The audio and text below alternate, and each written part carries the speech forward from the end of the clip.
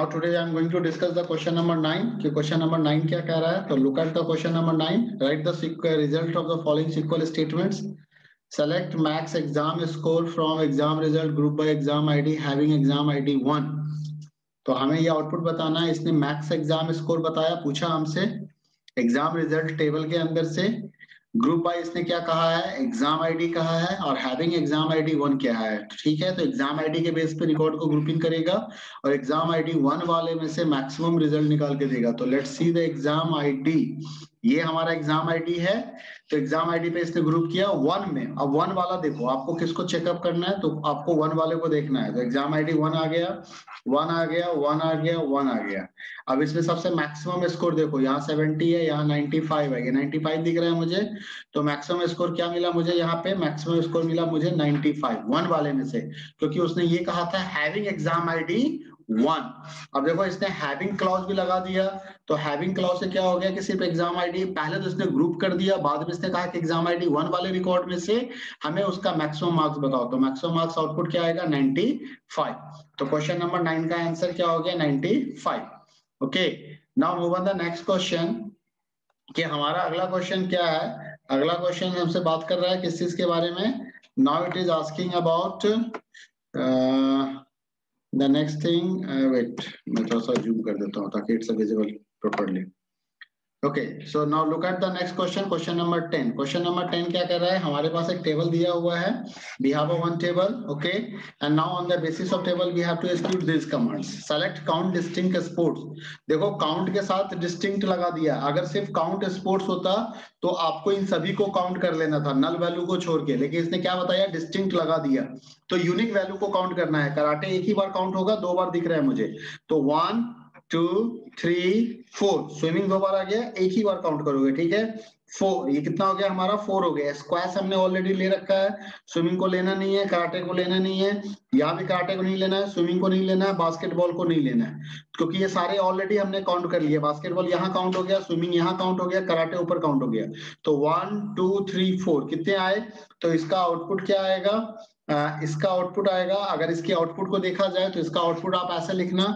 क्या लिखना होगा आपको, आपको लिखना होगा यहाँ पे काउंट डिस्टिंक्ट, समझ रहे हो, काउंट डिस्टिंक्ट, और यहाँ पे लिखना होगा स्पोर्ट्स. और स्पोर्ट्स इसके नीचे आप क्या लिख दोगे, 4 लिख दोगे, एक बॉक्स बना देना छोटा सा इस तरीके से. तो ये आपका क्वेश्चन नंबर 1 हो गया. क्वेश्चन नंबर 2 को देखो. Select mean age from club where sex equal to female. तो फीमेल का ये काउंट करने के लिए कह रहा है. फीमेल में क्या करना है, हमको मिनिमम एज बताना है. तो पहले फीमेल वाले रिकॉर्ड्स को अलग करो. सबसे पहले फीमेल वाले रिकॉर्ड्स को देख लो. तो फीमेल में हमारे पास कौन कौन है, यहाँ पे देखो, एक रिकॉर्ड ये है फीमेल में, दूसरा ये रिकॉर्ड है, फिर ये है, फिर ये. तो ये 4 रिकॉर्ड्स हैं. इसमें क्या निकालना है, मिनिमम एज निकालना है. यहाँ पे देखो ये 34 दिख रहा है, यहाँ पे 36 दिख रहा है, यहाँ पे 39 दिख रहा है, 37 दिख रहा है. तो मिनिमम एज क्या है हमारे पास, 34 है. तो जो इसका आउटपुट आपको लिखना होगा, तो आप ऐसे लिखोगे मीन एज. ठीक है, और मीन एज के नीचे क्या लगा देंगे हम, 34. तो ये हमारा आउटपुट बन गया. कुछ इस तरीके से आपको आउटपुट बना के दिखाना है. सेलेक्ट एवरेज पे वेयर स्पोर्ट्स कराटे. अब एवरेज पे दिखाने के लिए हमें क्या करना पड़ेगा, हमें एवरेज पे दिखाने के लिए सबसे पहले कराटे वाले रिकॉर्ड्स को फिल्टर आउट करना होगा. किस रिकॉर्ड को फिल्टर आउट करोगे, कराटे आउट, क्योंकि इसने स्पोर्ट्स कराटे कह दिया है. तो उसमें एवरेज पे बताना है. तो 1 2 3 रिकॉर्ड्स हैं कराटे वाले. तो यहाँ पे कितना है 1100, यहाँ पे कितना है 1200, यहाँ पे कितना है 1000.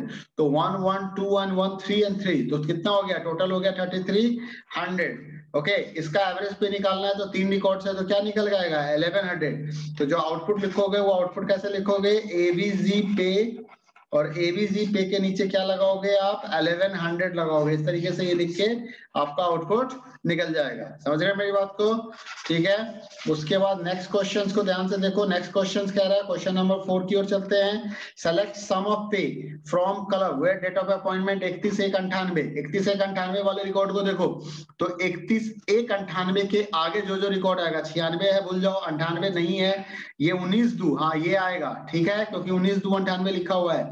1 नहीं आएगा, 12/1/98 नहीं आएगा, क्योंकि 31 से ज्यादा चाहिए मुझे. ठीक है, 24/2/98 बिल्कुल ये आएगा हमारे पास. उसके बाद 20 2 98, क्योंकि 20 फरवरी की बात कर रहा है और यहाँ पे 31 जनवरी के बाद का डेट पूछ रहा है हमसे। यहाँ भी क्या है 22 फरवरी 98 है, आएगा। 31 जनवरी 98 नहीं आएगा, क्योंकि ये इसने ग्रेटर देन कहा था, तो ये नहीं आएगा। 19 फरवरी 98 बिल्कुल आएगा। तो देखो इतने सारे रिकॉर्ड आएंगे। इसका सम ऑफ पे करना है 2000 प्लस 800, 2800 प्लस 22, तो 3000 और 2 5000 प्लस 11 61,000, सॉरी 6100 और प्लस 17, तो 6100, तो 7 और प्लस 7 कितना हो जाएगा 6 and 1 7 and 8, तो ये हमारा कितना आ गया 7 8। यानी कि जो आउटपुट आएगा वो आउटपुट क्या आएगा सम ऑफ पे, और सम ऑफ पे के नीचे क्या लिखोगे 7800। एक बार ऐड देख लेना, कहीं कोई मिस्टेक हो गया हो तो इसको करेक्ट लेना, ठीक है। तो इस तरीके से आपका इस क्वेश्चंस का आउटपुट आपको बताना है। तो ऐसे क्वेश्चन एग्जाम में होते ही होते हैं, and this is a very important question. तो ध्यान रखिएगा एक तरीके से टेबल और ये कुछ फंक्शंस का यूज करके आपको क्वेश्चंस दिए जाएंगे, तो इसको कंफर्म करना है, ठीक है। लॉक कर लेना ठीक से इसको। नेक्स्ट क्वेश्चन देखो, try you all try and right the solution of this question. मैं भी यहाँ पे लिख रहा हूँ, लेकिन आप खुद से ट्राई करो। Minimum of average marks, minimum mean average marks निकालना है। एवरेज मार्क यहाँ पे दिया हुआ है, where average marks less than 75, तो less than 75 वाले रिकॉर्ड्स को चेक करना है। less than 75 में रिकॉर्ड मेरा ये आएगा, ये आएगा, ये आएगा, और ये भी आएगा, ये भी आएगा, और ये भी आएगा, ठीक है। और हमें क्या बताना है मिनिमम बताना है, तो इसमें से मिनिमम निकाल लो। मिनिमम में एक 75 दिख रहा है मुझे यहाँ पे, एक ये दिख रहा है जो सबसे मिनिमम है। तो क्या हो गया mean average marks, mean average marks, ठीक है। क्या आउटपुट आएगा 75.4। ये हो गया आपका पहला क्वेश्चन का सॉल्यूशन। उसके बाद नेक्स्ट क्वेश्चन देखो, सम ऑफ स्टाइपेंड निकालना है ग्रेड बी के लिए। तो बी ग्रेड यहाँ पे है, यहाँ पे है, यहाँ पे है, ठीक है। 3 बी ग्रेड आ गए। इसका क्या निकालना है सम ऑफ स्टाइपेंड। स्टाइपेंड कितना है 400 प्लस 700 500 750 प्लस 1150, और कोई भी नहीं है, तो यहाँ पे सम ऑफ स्टाइपेंड निकालना है। तो सम ऑफ स्टाइपेंड क्या निकल के आया 1150, ठीक है। अगर ऐड में कोई प्रॉब्लम हुई हो तो प्लीज एक बार वेरीफाई करते रहना साथ ही साथ। क्वेश्चन नंबर ये फर्स्ट था, ये क्वेश्चन नंबर सेकंड है। क्वेश्चन नंबर थर्ड को देखो ध्यान से फटाफट। एवरेज स्टाइपेंड कह रहा है क्लास 12A वाला।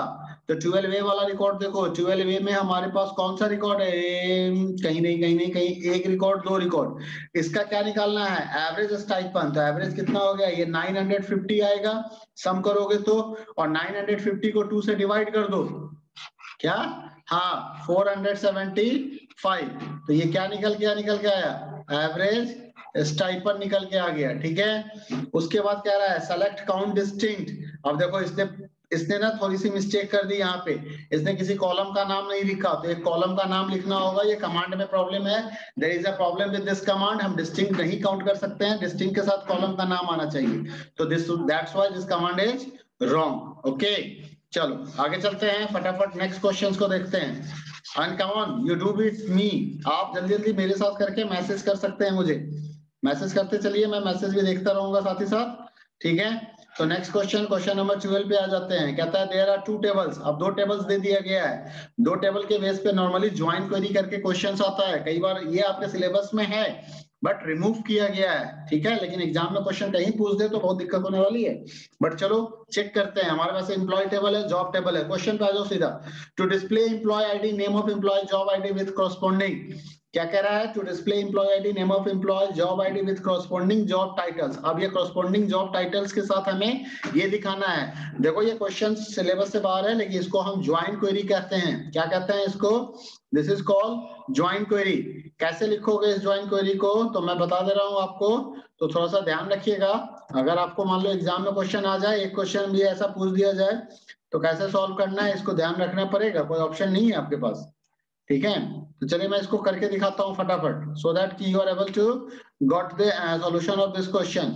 ये पहला क्वेश्चन देखो, फर्स्ट क्वेश्चन में क्या करता है, select display employee ID. Employee ID यहां से मिलेगा, नेम ऑफ एम्प्लॉय यहां से मिलेगा। तो चलो जो जहां से मिलता है उसको लेके चलते हैं। तो सेलेक्ट एम्प्लॉय आईडी, मैंने यहाँ पे एम्प्लॉय आईडी लिख दिया, ठीक है।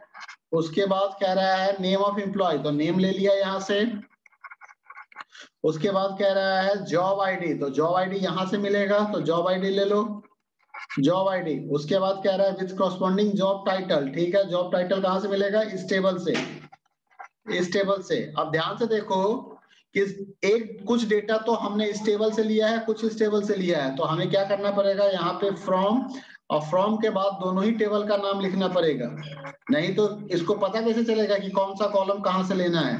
कॉलम के नाम के हिसाब से वो देख लेगा, ठीक है। अब हमने फ्रॉम एम्प्लॉय और जॉब कर दिया, लेकिन इसने ये कहा था कि टाइटल ऑटोमेटिकली, अब जैसे इस बंदे की यहाँ भी जॉब आईडी है और यहाँ भी जॉब आईडी है, तो इस दोनों को ना कंपेयर करके मैच कराना पड़ेगा, ताकि इसके आगे इसका टाइटल, अब इसका टाइटल क्या है? जॉब आईडी 102, मतलब ये वाइस प्रेसिडेंट के पोस्ट पे है, ये 101 यानी कि ये प्रेसिडेंट के पोस्ट पे है। तो इसको मैच कैसे कराते हैं? इसको मैच कराने के लिए हमें क्या करना पड़ता है? ज्वाइन क्वेरी लिखना पड़ता है। फ्रॉम दिस यहाँ पे कमांड लिखना, ये लाइन याद कर लो, ये वाला लाइन इंपॉर्टेंट है। वेयर लिखना एम्प्लॉय, है ना, dot job ID is equal to job dot job ID. इसको ना कार्टेशियन प्रोडक्ट और ज्वाइन क्वेरी कहते हैं, और ये इक्यू ज्वाइन हो गया, ठीक है। तो ये क्या करेगा? ऑटोमेटिकली इस दोनों के जॉब आईडी को मैच करा के आपको आउटपुट प्रोवाइड कर देगा। अच्छा, कई बार ना टेबल का एलियास यूज कर लेते हैं यहाँ पे, अभी मैं अगले क्वेश्चन में दिखाऊंगा कि कैसे एलियास यूज करते हैं, इसको एकदम नोट कर जाओ। और ये लाइन बहुत इंपॉर्टेंट है आप सभी के लिए, okay, be careful. Display the name of employee, sales corresponding job titles who have achieved sales more than 13,000 1 lakh कितना है? 13,000 है, 13 lakhs है, कहीं कहीं से 11,000 10,000 लाख 10 लाख 13 लाख है, ठीक है। सेल्स corresponding job title, अब यहाँ भी वही चीज कह रहा है, corresponding job title कह रहा है मुझे, ठीक है। तो जो जो चीज दिखाना है चलो फटाफट लग जाते हैं। नेम ऑफ एम्प्लॉय कह रहा है दिखाने के लिए, ठीक है भाई, तो नेम ऑफ एम्प्लॉय दिखा देंगे। तो मैंने यहाँ पे लिख दिया सेलेक्ट नेम, लिख दिया सेलेक्ट नेम। उसके बाद कह रहा है सेल्स, तो यहां से सेल्स भी दिखा दिया, ठीक है भाई, सेल्स। करस्पॉन्डिंग जॉब टाइटल, तो ठीक है भाई, जॉब टाइटल भी ले लिए।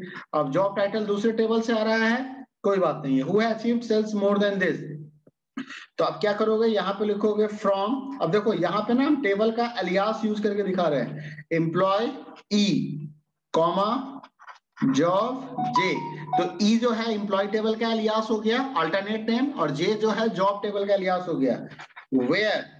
अब देखो ये वाला जो कंडीशन है ना, ये फिक्स कंडीशन हो गया। अच्छा, इस बार हम एम्प्लॉय नहीं लिखेंगे, हम उसका एलियास लिख लेंगे, हमने इसलिए तो ये कंसेप्ट लगाया था। E dot job ID is equal to J dot, क्या हो गया, J dot job ID, okay, तो हमने ये लिख दिया। अच्छा, यहाँ पे लेकिन इसके साथ एक कंडीशन और लगाना पड़ेगा। ये कंडीशन तो मैंने इसलिए लगाया है सो दैट कि ये जो हमारा कह रहा है ना करस्पॉन्डिंग जॉब टाइटल्स, तो ये वाला काम सही हो जाए, करस्पॉन्डिंग जॉब टाइटल्स हमें मिल जाए। इसके आगे आपको लिखना है एंड, क्या लिखना है? एंड। और ये वाला जो सेल्स वाला टारगेट है, ये टारगेट लगाना है सेल्स ग्रेटर देन 1 3 1 2 3 4 5, 5 जीरो है ना, 3 2 5, तो 5 जीरो यहाँ पे लगा के ऐसे डाल देना। तो इस तरीके से मल्टीपल कंडीशन हो गया। तो ये जो ज्वाइन क्वेरी का स्टेटमेंट है, ये तो लिखना ही लिखना है, ठीक है। देखो ऐसे ये सिलेबस से बाहर है, लेकिन बोर्ड में कोई भरोसा नहीं, क्वेश्चन पूछे जा सकते हैं, तो आपके नॉलेज में ये चीज होना चाहिए।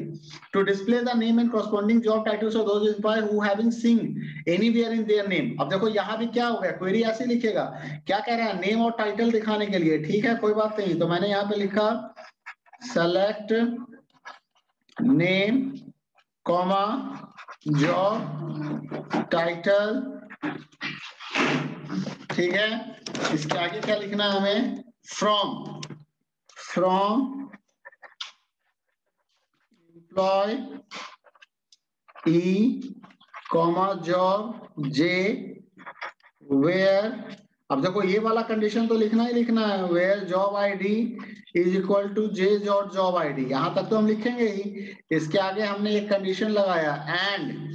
अब कह रहा है कि नाम में सिंग कहीं भी होना चाहिए, तो क्या लिखोगे? लाइक पैटर्न यूज करेंगे, नेम लाइक, ठीक है, और यहां पे लिखेंगे परसेंट सिंग परसेंट, और फिर लास्ट में सेमीकोलन लगा देंगे। देखो ये लाइक पैटर्न का क्वेरी हो गया और ये ज्वाइन क्वेरी हो गया, okay.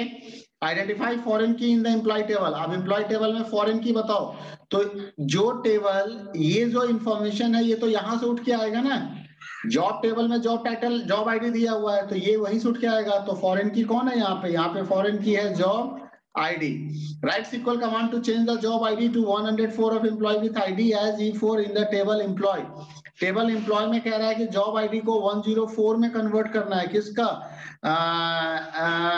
Of the employee with ID is E4, मतलब इस वाले रिकॉर्ड का इसको चेंज करना है। तो ठीक है, चेंज कर देंगे।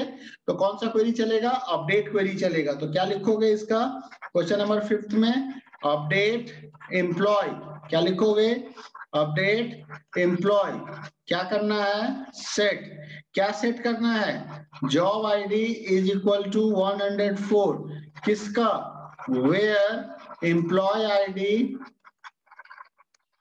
Is equal to E4, where employee ID is equal to E4। हो गया, चलो एक भी क्वेरी सॉल्व हो गया। तो एक क्वेश्चन इसने दे दिया था दो टेबल के बेस्ड पे, ध्यान रखना है। Show the average salary for all departments with more than 3 people for a job. Show the average salary for all departments with more than 3 people for a job. ये ग्रुप बाय का query है, group का command आएगा। तो चलो question number 13 को देखते हैं फटाफट। क्या लिखोगे, select ABG average salary, show the average salary for all departments.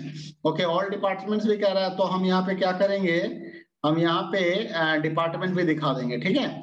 तो select department comma average salary, okay, from, मैं टेबल का नाम एम्प्लॉय मान लेता हूं, ग्रुप बाय, उसके आगे मुझे क्या लिखना है, यहाँ पे लिखना है group bye from employee, group by department, मैंने डिपार्टमेंट के बेसिस पे ग्रुप कर लिया, having count star greater than 3। इसने क्या किया, ये कंडीशन लगा दिया मोर देन 3 पीपल, तो काउंट स्टार से नंबर ऑफ रोज काउंट होगा, ग्रुप बाय डिपार्टमेंट कर दिया। तो ये क्या करेगा, हर एक ग्रुप में हर एक डिपार्टमेंट के हिसाब से काउंटिंग करेगा, और जिस डिपार्टमेंट में 3 एम्प्लॉय से ज्यादा एम्प्लॉय होंगे उसका नाम और एवरेज सैलरी दिखा देगा। Display only the job with the maximum salary. Display only the jobs with maximum salary greater than or equal to 3000, है ना। Jobs with maximum salary, jobs को भी दिखाना और maximum salary दिखाना है greater than or equal to 3000, मतलब जिसकी maximum salary 3000 से ज्यादा हो वो वाले job और उसकी maximum salary दिखानी है, ठीक है। ये भी क्वेश्चन कुछ ऐसा ही है, बट देखो यहाँ पे लिखना है select, और मैंने यहाँ पे लिखा job कॉमा max सैलरी, ठीक है। टेबल का नाम इसने नहीं दिया है तो आप कुछ भी अज्यूम कर लेना। मैं चलो फ्रॉम एम्प्लॉय कर देता हूं, ग्रुप बाय क्या कर देता हूं, जॉब। अच्छा, ये क्या कर रहा है, salary greater than equal to 3000, maximum salary, having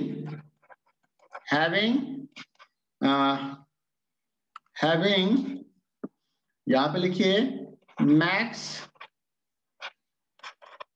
cell greater than equal to 3000, मतलब जिसकी मैक्सिमम सैलरी, ग्रुप बाय करके मैंने यहाँ पे क्या किया, हैविंग क्लॉज लगा दिया, और उसमें मैंने लिख दिया कि भाई उसका जो मैक्सिमम सैलरी है वो 3000 या उससे ज्यादा होना चाहिए।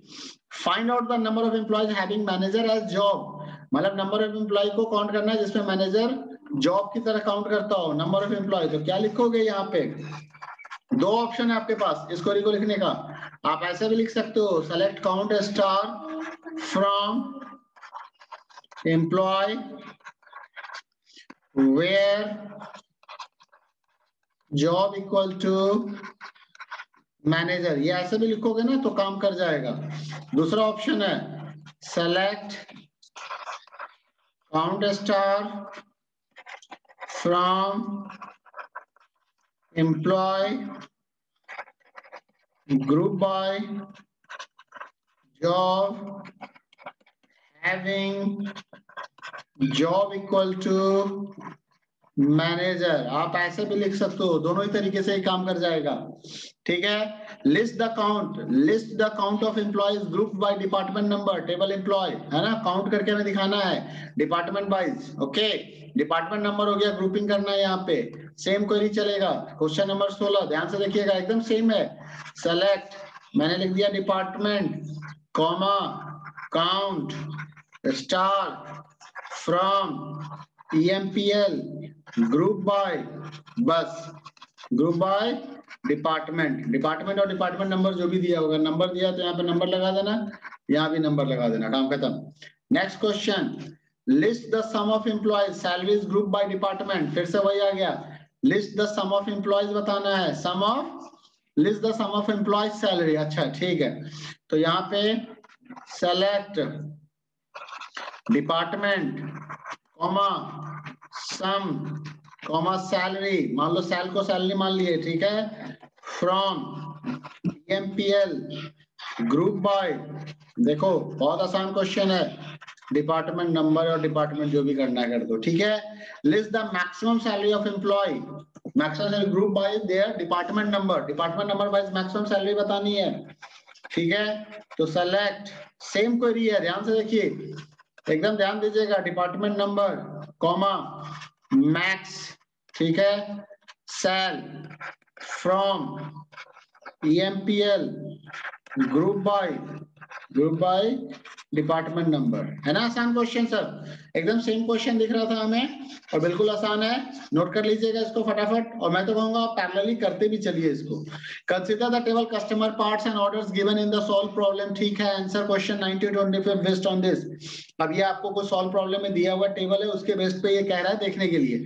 सुमिता अरोड़ा की बुक देख लीजिएगा, आप सभी के पास होनी चाहिए, होगी नहीं है तो परचेज कीजिए, ठीक है, उसके सॉफ्ट कॉपी ढूंढ सकते हैं इंटरनेट पे, शायद मिल जाए, ओके। और इसमें से ये टेबल्स दिए हुए हैं, इसके बेसिस पे हमें ये क्वेश्चन सॉल्व करना है। क्या कह रहा है, मैं इसको सॉल्व करूंगा डायरेक्ट, मैं टेबल वबल देखने नहीं जा रहा हूं अभी। List the total of customers orders group by customer ID, ठीक है, कस्टमर ऑर्डर्स, तो ऑर्डर टेबल के अंदर जाके हमें ये काम करना है, ठीक है। तो क्वेश्चन नंबर 19 देखिए, क्या लिखोगे, select order ID, okay, comma count star from orders, ठीक है, ग्रुप बाय ऑर्डर आईडी के बेस पे हमने क्या कर दिया उसको, sorry group by customer ID कह रहा है, तो यहाँ पे customer ID, select customer ID, इसको चेंज कर दो, यहाँ पे काउंट स्टार ही सीधे रहने दो, है ना, और यहाँ पे ग्रुप बाय में, एक मिनट, यहाँ पे ऑर्डर आईडी की जगह पे आप क्या कर दो, कस्टमर आईडी कर दो, कस्टमर आईडी, ठीक है। List all customers name who have order, मतलब who have having the orders, तो अब ये all customer name who have orders, मतलब जिसका ऑर्डर एग्जिस्ट कर रहा है तो उसका नाम हमें डिस्प्ले कराना है, तो यहाँ पे अब हमें एक बार टेबल्स को देखना पड़ेगा, फिर हमें समझ में आएगा। इसका मतलब ये कह रहा है कि उस कस्टमर का नाम दिखाइए जिसने ऑर्डर अभी तक दे रखा है, तो कस्टमर्स का नाम कस्टमर टेबल से मिलेगा। ऑर्डर्स में ऑर्डर में जाके देखना पड़ेगा, तो मान लेते हैं कि कस्टमर का ऑर्डर के अंदर कस्टमर आईडी का होगा उसका, ठीक है, कोई बात नहीं है, इसकी क्वेरी भी ज्वाइन क्वेरी की तरह बनेगी। चलिए मैं बताता हूँ, यहाँ पे क्या लिखना है, select name from customer C comma order O where C dot customer ID is equal to O dot customer ID.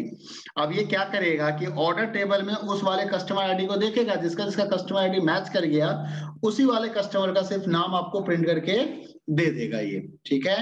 Next question को देखिए क्या कह रहा है, what is the next question, sum of totals of order group by customer and state, ठीक है, sum of totals of orders जो उसके है ना group by customer and state कर रहा है, तो ठीक है, चलो सेलेक्ट, है ना, सेलेक्ट सम ऑफ ऑर्डर्स और प्राइस कुछ भी लिख देते हैं, सम ऑफ ऑर्डर्स फ्रॉम, अब ये कॉलम का नाम मुझे ध्यान नहीं है, ये देखना पड़ेगा एक बार, तो सम ऑफ ऑर्डर अमाउंट कर देता हूं मैं, ठीक है, तो सो दैट कि हमें कंफ्यूजन ना हो, सम ऑफ ऑर्डर अमाउंट फ्रॉम, अब ये क्या है, ऑर्डर्स टेबल से कर देते हैं, ऑर्डर्स, है ना, और यहाँ पे क्या करोगे, ग्रुप बाय लगा दोगे, group by customer ID, group by, यहाँ पे लिख दो कस्टमर आईडी को मैं सी आई डी मान लेता हूँ, ठीक है, group by C I D comma state, multiple columns पे ग्रुप कैसे करते हैं, दोनों का यहाँ पे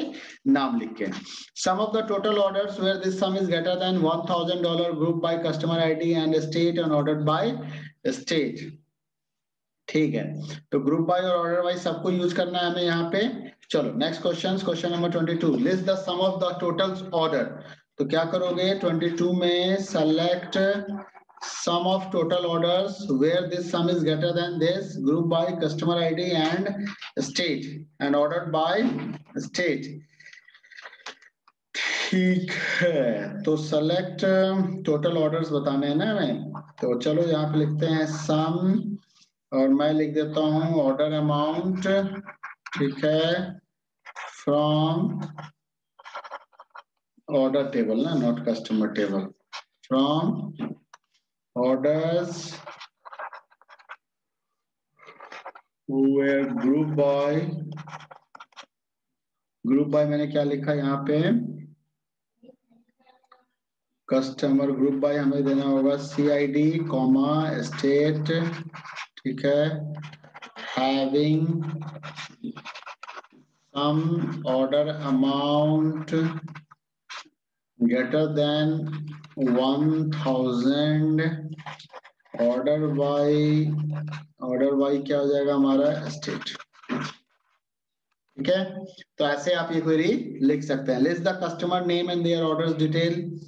अब customer name and their order detail बताना है तो दो टेबल्स के अंदर चलना पड़ेगा हमें, तो हम यहाँ पे लिखेंगे सेलेक्ट नेम कॉमा, और कुछ दिखाना क्या है, देयर ऑर्डर्स डिटेल, तो यहाँ पे name comma orders dot star. जब किसी टेबल के सारे कॉलम देखने हो ना तो हम ये भी लगा देते हैं, order dot star from customer comma orders, okay.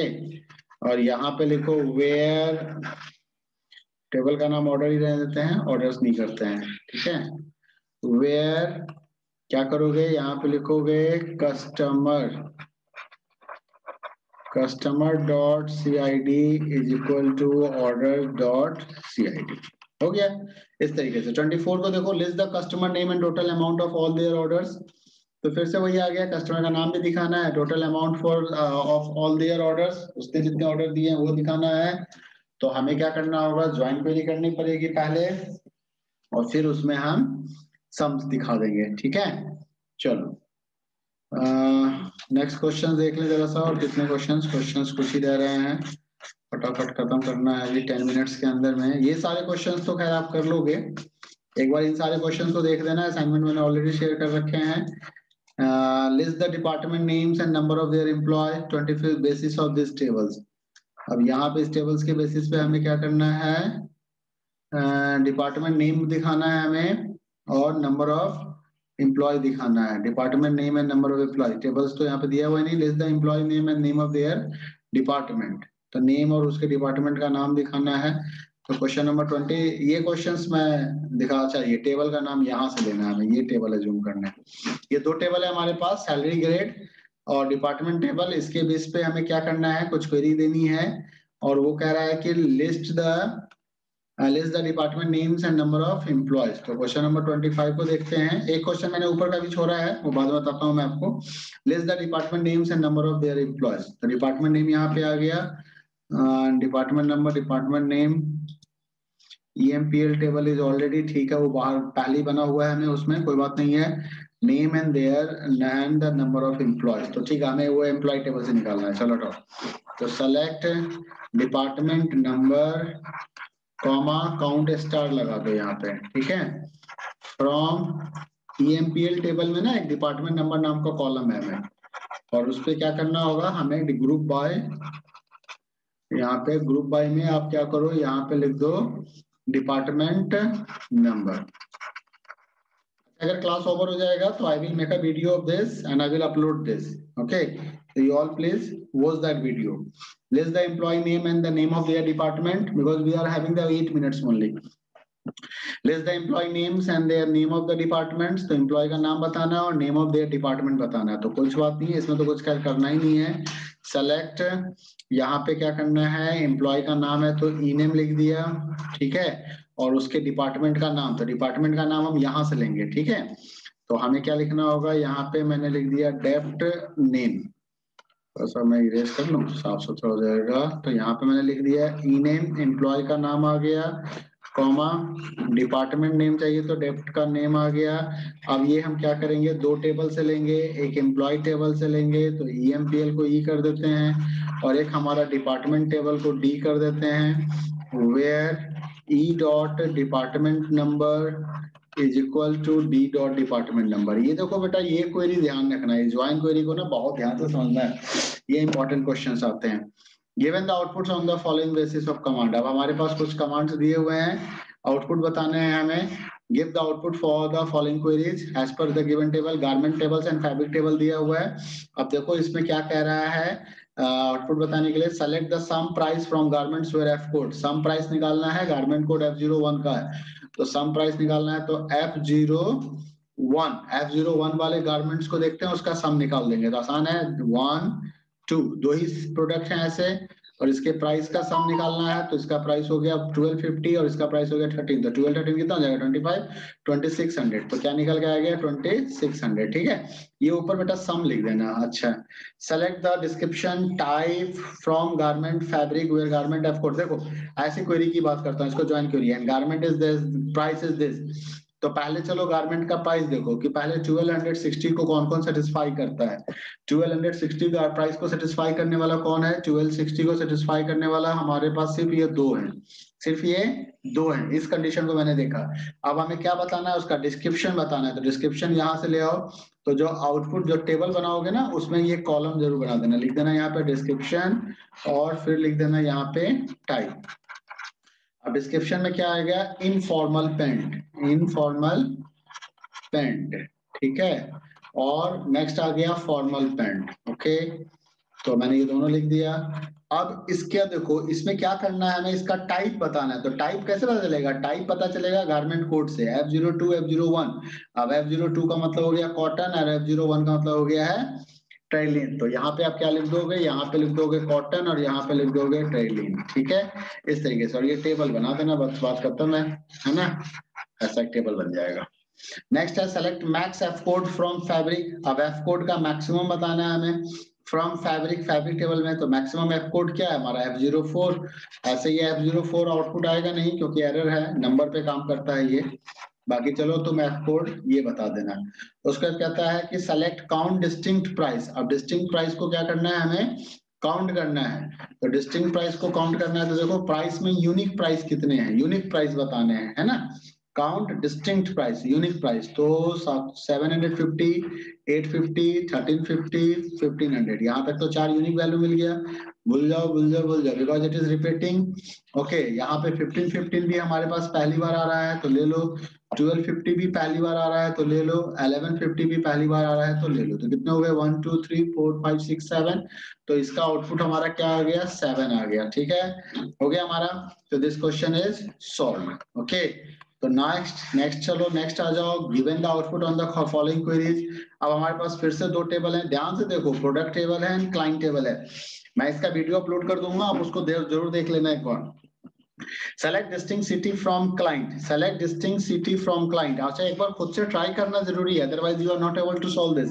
Distinct city निकालना है क्लाइंट टेबल से, तो डिस्टिंक्ट सिटी में देखो दिल्ली एंड तो आप लिखो यहाँ पे आ गया दिल्ली, उसके बाद आ गया मुंबई और उसके बाद आ गया बेंगलोर, तो यही आपका डिस्टिंक्ट सिटी है। डिस्टिंक्ट का मतलब हो गया यूनिक वैल्यू, क्या आ गया unique value. Select manufacture comma max price, mean price, count star from product, group by manufacture. तो ग्रुप बाय मैन्युफैक्चर, तो ये सारा काम हमें कहाँ करना है, ये सारा काम करना है मैन्युफैक्चर टेबल पे, प्रोडक्ट टेबल पे। अब ग्रुप बाय मैन्युफैक्चर करो तो ग्रुपिंग बनाओ, ABC का हमारा एक ग्रुप बना, XYZ का हमारा एक ग्रुप बना, LAK का एक ग्रुप बना, 3 ग्रुप हो गए। ओके, अब इसमें मैन्युफैक्चर का नाम लिखना है, तो सबसे पहला नाम किसका आएगा, LAK का लिख दो। उसके बाद उसका मैक्सिमम प्राइस बताना है, तो LAK का मैक्सिमम प्राइस क्या हो गया 40, मिनिमम प्राइस 40, काउंट स्टार एक ही रिकॉर्ड था, एक ही रिकॉर्ड हो गया। ऊपर कॉलम की हेडिंग डालना मत भूलिएगा, यहाँ पे काउंट स्टार जरूर लिख दीजिएगा, यहाँ पे मीन जरूर लिख दीजिएगा, यहाँ पे मैक्स प्राइस जरूर लिख दीजिएगा, यहाँ पे मैन्युफैक्चर जरूर लिख दीजिएगा। ठीक है, अच्छा उसके बाद हमारा नेक्स्ट क्या आएगा ABC। ABC में देखो मिनिमम प्राइस क्या, मैक्सिमम प्राइस क्या है 55, मैक्सिमम मिनिमम क्या है 45, नंबर ऑफ रिकॉर्ड्स कितने हैं 2। नेक्स्ट क्या आएगा हमारा XYZ में मैक्सिमम कितना है 120, मिनिमम कितना है 95, नंबर ऑफ रिकॉर्ड कितने हैं 2। तो ये आउटपुट आपका निकल के आएगा किसका, नेक्स्ट क्वेश्चन का। Select client name, product name from product comma client, client PID, product PID।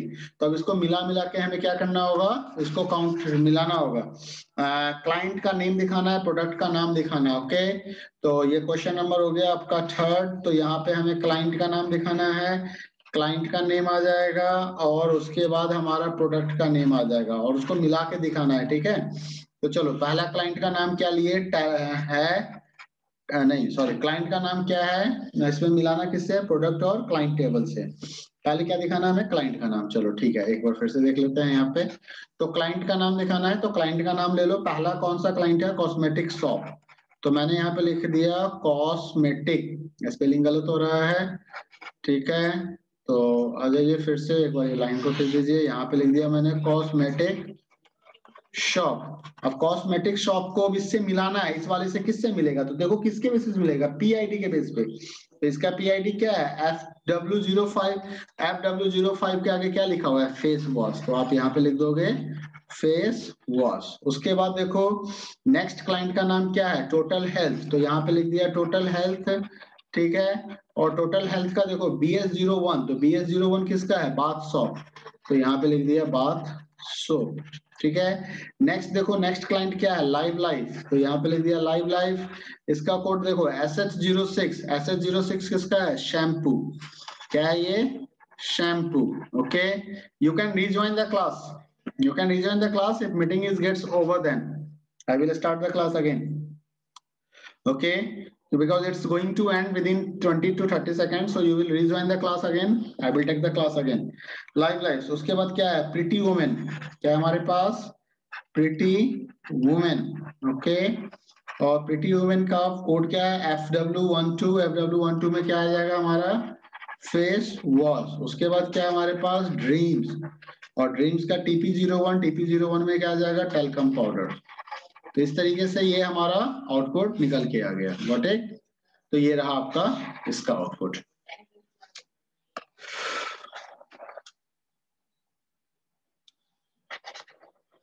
Select product name, comma price into 4 from product.